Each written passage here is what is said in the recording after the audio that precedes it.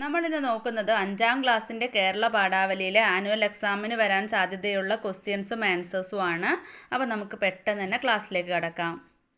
ഒന്നാമത്തെ പ്രവർത്തനം ആസ്വാദനക്കുറിപ്പ് തയ്യാറാക്കാനാണ്.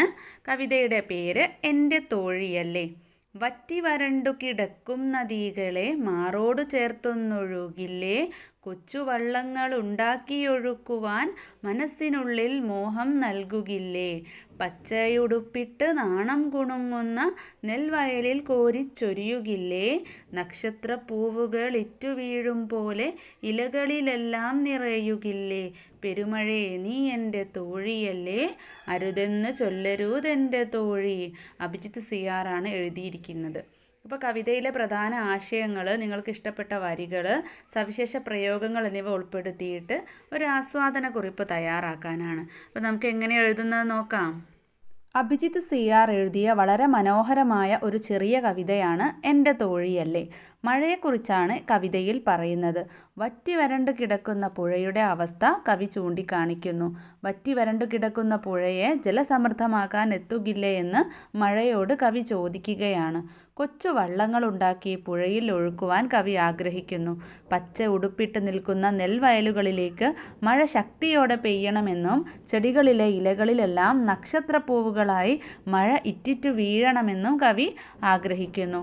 തൻ്റെ തോഴിയാണെന്നും അരുതെന്ന് പറയരുതെന്നും കവി പെരുമഴയോട് അഭ്യർത്ഥിക്കുന്നു.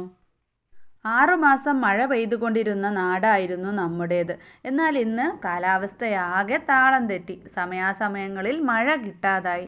പുഴകൾ വറ്റി വരണ്ടു. മഴയോട് തൻ്റെ തോഴിയായി തിരികെ വരാനുള്ള അഭ്യർത്ഥനയാണ് കവി നടത്തുന്നത്. മനോഹരമായ പ്രയോഗങ്ങൾ ഈ കവിതയ്ക്ക് ഭംഗി ചാർത്തുന്നു. മാറോട് ചേർത്തൊഴുകുക, പച്ചയുടുപ്പിട്ട വയലുകൾ, നക്ഷത്രപ്പൂവുകൾ ഇറ്റുവീഴും പോലെ തുടങ്ങിയ പ്രയോഗങ്ങൾ ഇവിടെ ഉചിതമായി ചേർത്തിട്ടുണ്ട്. മഴയുടെ ദൗർലഭ്യം, നീണ്ടുപോകുന്ന വേനൽക്കാലം തുടങ്ങിയവയൊക്കെ നമ്മുടെ നാട് നേരിടുന്ന പ്രധാന പ്രശ്നങ്ങളാണ്. ഇത്തരം പ്രശ്നങ്ങൾ കവിതാരൂപത്തിൽ പറയാൻ ശ്രമിച്ചത് അഭിനന്ദനാർഹമാണ്. പ്രവർത്തനം 2 ഡയറി എഴുതാനാണ്. അതിൽ ഇടുക്കിയുടെ താജ്മഹൽ എന്ന പാഠഭാഗം നിങ്ങൾക്ക് ഇഷ്ടമായില്ലേ. ഇടുക്കിയിലെ അണക്കെട്ട് എന്ന മഹാത്ഭുതം കണ്ട ശേഷം വീട്ടിലെത്തിയ അഖിൽ എഴുതിയ ഡയറി കുറിപ്പ് എങ്ങനെയാവും എഴുതുക. ഡയറി എഴുതുമ്പോൾ ആദ്യം തന്നെ തീയതിയും ദിവസവും എഴുതണം കേട്ടോ. എന്നിട്ട് സന്തോഷമുള്ള ദിവസമാണെങ്കിൽ അങ്ങനെ, ദുഃഖമുള്ള ദിവസമാണെങ്കിൽ അങ്ങനെ, തുടങ്ങിയതിന് ശേഷം എവിടെ പോയി, എന്തൊക്കെ കണ്ടു, അങ്ങനെ വഴിക്ക് വഴി എഴുതുക കേട്ടോ. അപ്പം നമുക്ക് നോക്കാം. ഇന്ന് എൻ്റെ ജീവിതത്തിലെ വളരെ സന്തോഷകരമായ ഒരു ദിവസമായിരുന്നു. ഇടുക്കിയിലെ താജ്മഹൽ എന്ന് വിളിക്കുന്ന ഇടുക്കി അണക്കെട്ട് കുടുംബത്തോടൊപ്പം പോയി കണ്ട സന്തോഷത്തിലാണ് ഞാൻ. അച്ഛനും അമ്മയും ഞാനുമാണ് ഇന്ന് ഇടുക്കി അണക്കെട്ട് കാണാൻ പോയത്. വിസ്മയിപ്പിക്കുന്ന ഒരു കാഴ്ച. അണക്കെട്ടിൻ്റെ ഒരു വശം മുഴുവൻ നിറഞ്ഞു നിൽക്കുന്ന നീല ജലപ്പരപ്പ്, മാനം മുട്ടി നിൽക്കുന്ന ഹരിതാപമായ മലനിരകൾ. മലകൾക്കിടയിലെ താഴ്വാരത്തെത്തിയപ്പോൾ ഒരു വല്ലാത്ത തണുപ്പ്. കുറവൻ മലയും കുറത്തിമലയും കാത്തു സൂക്ഷിക്കുന്ന അണക്കെട്ടിൻ്റെ സൗന്ദര്യം അതിനോട് ചേർന്ന് നിന്നപ്പോഴാണ് ബോധ്യമായത്. ആകൃതിയിൽ മുകളിലേക്ക് വളരുന്ന അണക്കെട്ടിൻ്റെ ചുവട്ടിൽ നിന്നപ്പോഴാണ് അതിനെ ശരിക്കും കാണാനായത്. അണക്കെട്ടമ്മേ എന്ന് ഞാൻ അറിയാതെ വിളിച്ചു പോയി. ഇന്നേ വരെ ഞാൻ കണ്ട കാഴ്ചകളിൽ എന്നെ അത്ഭുതപ്പെടുത്തിയ ഒന്നാണ് ഇടുക്കിയിലെ അണക്കെട്ട്. ഇതുപോലെയൊക്കെ എഴുതാട്ടോ. പട്ടം പറപ്പിക്കട്ടെ എന്ന കവിത എഴുതിയതാര്? ഏറ്റുമാനൂർ സോമദാസൻ, P. കുഞ്ഞിരാമൻ നായർ, അശോകൻ ചെരുവിൽ. ആരാണ്? P. കുഞ്ഞിരാമൻ നായരാണ് അല്ലേ.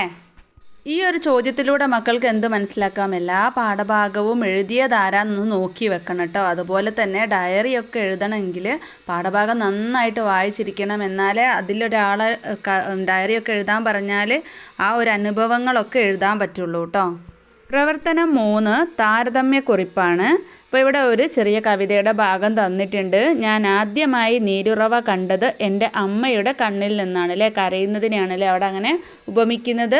ഒരു വെയിലായി എനിക്ക് അതിനെ വറ്റിക്കാനാകുമോ. മുകളിൽ നൽകിയ കവിതയും പൊൻകുന്നം വർക്കിയുടെ എൻ്റെ അമ്മ എന്ന രചനയും തമ്മിൽ താരതമ്യം ചെയ്ത് കുറിപ്പ് തയ്യാറാക്കാനാണ്. തൻ്റെ അമ്മയുടെ കണ്ണിലെ കണ്ണീരിനെ കുറിച്ച് ഒരു കുട്ടി എഴുതിയ കവിതയാണിത്. പല കാരണങ്ങളാലും അമ്മയ്ക്ക് കരച്ചിൽ വരാം. പ്രധാനമായും കുടുംബത്തിലെ പ്രശ്നങ്ങളാവാം കാരണം. അമ്മയുടെ ദുഃഖം മാറ്റാൻ പ്രയത്നിക്കുക ഓരോ മക്കളുടെയും കടമയാണ്. അതാണ് കവിതയിലെ കുട്ടിയും ആഗ്രഹിക്കുന്നത്. പൊൻകുന്നം വർക്കിയുടെ കഥയും സമാനമാണ്. പിതാവ് നേരത്തെ മരിച്ചുപോയി. പാവപ്പെട്ട കുടുംബം. ആ അമ്മ കഷ്ടപ്പെട്ടാണ് 2 മക്കളെയും വളർത്തിയത്. മറ്റൊരാളുടെ സഹായത്താലാണ് വർക്കി സ്കൂളിൽ ചേർന്നത്. ഫീസ് കൊടുക്കാൻ പോലും അമ്മയ്ക്ക് ആവതില്ലായിരുന്നു. കൂട്ടുകാരൊക്കെ 4ാം ക്ലാസ്സിൽ നിന്ന് ജയിച്ച് ഇംഗ്ലീഷ് സ്കൂളിൽ പോകാൻ തുടങ്ങിയിരുന്നു.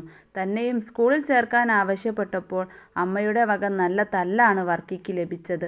വർക്കി കരയുന്നത് കണ്ട് അമ്മയും കണ്ണീർ തുടയ്ക്കുന്നുണ്ടായിരുന്നു.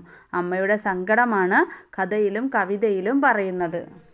പ്രവർത്തനം 4 വായിക്കാം എഴുതാം. ഇതുപോലൊരു ചോദ്യം ഉറപ്പാണ് കേട്ടോ. എന്തെങ്കിലും ഒരു പാരഗ്രാഫ് തന്നിട്ട് അതിൽ നിന്നും കുറച്ച് ചോദ്യങ്ങളുണ്ടാവും. അപ്പോൾ നന്നായിട്ട് പാരഗ്രാഫ് വായിച്ച ശേഷം മാത്രം നിങ്ങൾ ഉത്തരം എഴുതുക കേട്ടോ. അപ്പോൾ ഇവിടെ നമുക്ക് വായിക്കാം. മഴവിൽ കാഴ്ചകൾ. ഇടുങ്ങിയ കാട്ടുവഴിയിലൂടെ വരിവരിയായി ഞങ്ങൾ നീങ്ങി. ഇടതുവശത്തായി ആർത്തലച്ച് ചിന്നിച്ചിതറുന്ന കല്ലാറ്. കയറ്റവും ഇറക്കവുമുള്ള വഴിയിൽ ആകാശക്കാഴ്ച മറച്ചു നിൽക്കുന്ന വലിയ പാറ. വിള്ളലുകളിൽ നിന്ന് പ്രവഹിക്കുന്ന നീരുറവകൾ, ഗുഹകൾ, വൻ വൃക്ഷങ്ങൾ, വള്ളികൾ, പൂമരങ്ങൾ. അനുഗ്രഹീതമായ ഒരു വനപ്രദേശം. മീൻമുട്ടി വെള്ളച്ചാട്ടം ലക്ഷ്യമാക്കി ഞങ്ങൾ കല്ലാറിലൂടെ മുന്നോട്ട് നടന്നു. ആറ്റിലെ വഴുക്കുന്ന കല്ലുകളിൽ ചവിട്ടി കയറിൽ പിടിച്ച് ഒഴുക്കിനെതിരെ ഒരു സാഹസിക യാത്ര. ദൂരെ മാനം മുട്ടുന്ന മലകളിൽ നിന്നും താഴോട്ട് പതിക്കുന്ന ജലത്തിൻ്റെ കാതടപ്പിക്കുന്ന ശബ്ദം. എഴുതിയിരിക്കുന്നത് അഖിലനാഥ് SR ആണ്. ഇനി ചോദ്യങ്ങൾ നോക്കാം. ഒന്നാമത്തെ ചോദ്യം, ഏത് പുഴയെക്കുറിച്ചാണ് ഇവിടെ പറയുന്നത്? ഭാരതപ്പുഴ, കല്ലാർ, പെരിയാർ. ഏതാണ്? കല്ലാറാണ് അല്ലേ. പിന്നെ രണ്ടാമത്തേതോ? ആകാശക്കാഴ്ച മറച്ചു പിടിക്കുന്നത് എന്താണ്? വലിയ പാറ, നീരുറവ, പൂമരങ്ങൾ. ഏതാണ്? വലിയ പാറ. ഇനി മൂന്നാമത്തെ ചോദ്യം, എവിടേക്ക് ലക്ഷ്യം വെച്ചാണ് അവർ നടന്നത്? പാറ, കാട്, മീൻമുട്ടി വെള്ളച്ചാട്ടം. എവിടെയാ? മീൻമുട്ടി വെള്ളച്ചാട്ടമാണ് അല്ലേ. ഇനി നാലാമത്തെ ചോദ്യം, താഴോട്ട് പതിക്കുന്ന ജലത്തിൻ്റെ ശബ്ദത്തെ ഇവിടെ എങ്ങനെയാണ് വിശേഷിപ്പിച്ചിരിക്കുന്നത്? അപ്പോൾ അവസാന ഭാഗത്ത് പറയുന്നുണ്ട് അല്ലേ, കാതടപ്പിക്കുന്ന, ഇടുങ്ങിയ, പ്രവഹിക്കുന്ന. ഏതാണ്? കാതടപ്പിക്കുന്ന. ഇനി അഞ്ചാമത്തെ ചോദ്യം, ആകാശം എന്ന അർത്ഥത്തിൽ ഇവിടെ ഉപയോഗിച്ചിരിക്കുന്ന പദം ഏത്? ഏതാ? ഗഗനം, മാനം, വാനം. ഏതാണ്? മാനമാണ് അല്ലേ. പ്രവർത്തനം 5 പ്രതികരണക്കുറിപ്പാണ്. പൊൻകുന്നം വർക്കി എഴുതിയ എൻ്റെ അമ്മ എന്ന രചനയിലെ ഏതനുഭവമാണ് നിങ്ങളെ പ്രയാസപ്പെടുത്തിയത്? എന്തുകൊണ്ട്? പ്രതികരണക്കുറിപ്പ് തയ്യാറാക്കുക. എൻ്റെ അമ്മ എന്ന അനുഭവക്കുറിപ്പ് എന്നെ ഏറെ സങ്കടപ്പെടുത്തി. പണ്ട് കാലത്ത് പലരുടെയും ജീവിതം കഷ്ടപ്പാടുകൾ നിറഞ്ഞതായിരുന്നു എന്ന് മനസ്സിലാക്കാൻ കഴിഞ്ഞു. ഇതിലേറ്റവും പ്രയാസപ്പെടുത്തിയത് ഇംഗ്ലീഷ് സ്കൂളിൽ പോകണമെന്ന് പറഞ്ഞപ്പോൾ വർക്കിയെ അമ്മ തല്ലിയതാണ്. എല്ലാവരും 4ാം ക്ലാസ്സിൽ നിന്ന് ജയിച്ച ശേഷം ഇംഗ്ലീഷ് സ്കൂളിൽ പോയി തുടങ്ങിയിരുന്നു. വർക്കിയെ മാത്രം സ്കൂളിൽ വിട്ടില്ല. അതിനെക്കുറിച്ച് ചോദിച്ചപ്പോൾ അമ്മ നല്ല തല്ല് കൊടുക്കുകയും പോയി വല്ല ജോലിയും എടുക്കാൻ പറയുകയുമാണ് ചെയ്തത്. അത് ആ കുട്ടിയെ എത്രത്തോളം വിഷമിപ്പിച്ചിട്ടുണ്ടാകും. പക്ഷേ അവൻ കരയുന്നത് കണ്ടപ്പോൾ അമ്മയും കരയുന്നുണ്ടായിരുന്നു. അന്നത്തെ കാലത്ത് മിക്കവാറും കുടുംബങ്ങളിലെ സ്ഥിതി ഇതായിരുന്നു. പട്ടിണി പാവങ്ങളായിരുന്നു ഭൂരിഭാഗവും. കഥയിലെ ഈ ഭാഗം വായിച്ചപ്പോൾ എനിക്ക് ഏറെ പ്രയാസം തോന്നി. പ്രവർത്തനം 6 കഥ എഴുതാം. കടലോളം സ്നേഹം എന്ന ഭാഗത്ത് കുട്ടിയുടെ സങ്കടം തീർക്കാൻ അമ്മച്ചെടി പറയുന്ന ഒരു കഥ എഴുതുക. ആദ്യം തന്നെ കഥയ്ക്ക് ഒരു തലക്കെട്ട് നൽകാം. മേഘയുടെ പൂന്തോട്ടം. ഒരു മനോഹരമായ കുഞ്ഞു ഗ്രാമത്തിലായിരുന്നു മേഘയും കുടുംബവും താമസിച്ചിരുന്നത്. മേഘയ്ക്ക് പുഷ്പങ്ങളെയും പൂന്തോട്ടത്തെയും ഏറെ ഇഷ്ടമായിരുന്നു. അവളുടെ വീടിനടുത്ത് കാട് പിടിച്ചു കിടക്കുന്ന ഒരു സ്ഥലമുണ്ടായിരുന്നു. അവിടെ പുല്ലുകളും മുള്ളുകൾ നിറഞ്ഞ ചെടികളുമായിരുന്നു ഉണ്ടായിരുന്നത്. അവൾ ചിന്തിച്ചു, ഈ സ്ഥലം മനോഹരമായ ഒരു പൂന്തോട്ടമാക്കാം. അവൾ അത് അമ്മയോട് പറഞ്ഞു. അമ്മ സഹായിക്കാമെന്ന് ഏറ്റു. അടുത്ത ദിവസങ്ങളിൽ ആ സ്ഥലം വൃത്തിയാക്കലായിരുന്നു അവരുടെ ജോലി. തുടർന്ന് വിത്തുകൾ പാകി പുതിയ ചെടികൾ നട്ടുപിടിപ്പിച്ചു. എന്നും അവയ്ക്ക് വെള്ളം നൽകി. അവൾ സ്കൂൾ വിട്ടു വന്നാൽ കുറേ സമയം അവിടെ ചെലവഴിക്കും. അങ്ങനെ മനോഹരമായ ഒരു പൂന്തോട്ടം അവിടെ വളർത്തിയെടുത്തു. പുഷ്പങ്ങളാൽ നിറഞ്ഞ ആ പൂന്തോട്ടം പതിയെ മറ്റുള്ള ഗ്രാമവാസികളുടെയും ശ്രദ്ധ പിടിച്ചുപറ്റി. ആളുകൾ പൂന്തോട്ടം കാണാൻ അവിടെ എത്തി. കാട് പിടിച്ചു കിടന്ന സ്ഥലത്തെ പൂന്തോട്ടം കണ്ട് അവർ അത്ഭുതപ്പെട്ടു. എല്ലാവരും മേഘയെ അഭിനന്ദിച്ചു. അപ്പോൾ മക്കളെ, ഇത്രയാണുള്ളത്. മക്കൾക്ക് ഉപകാരപ്പെട്ടിട്ടുണ്ടെങ്കിൽ ലൈക്ക് ചെയ്യാനും ഷെയർ ചെയ്യാനും സബ്സ്ക്രൈബ് ചെയ്യാനും മറക്കരുത് കേട്ടോ.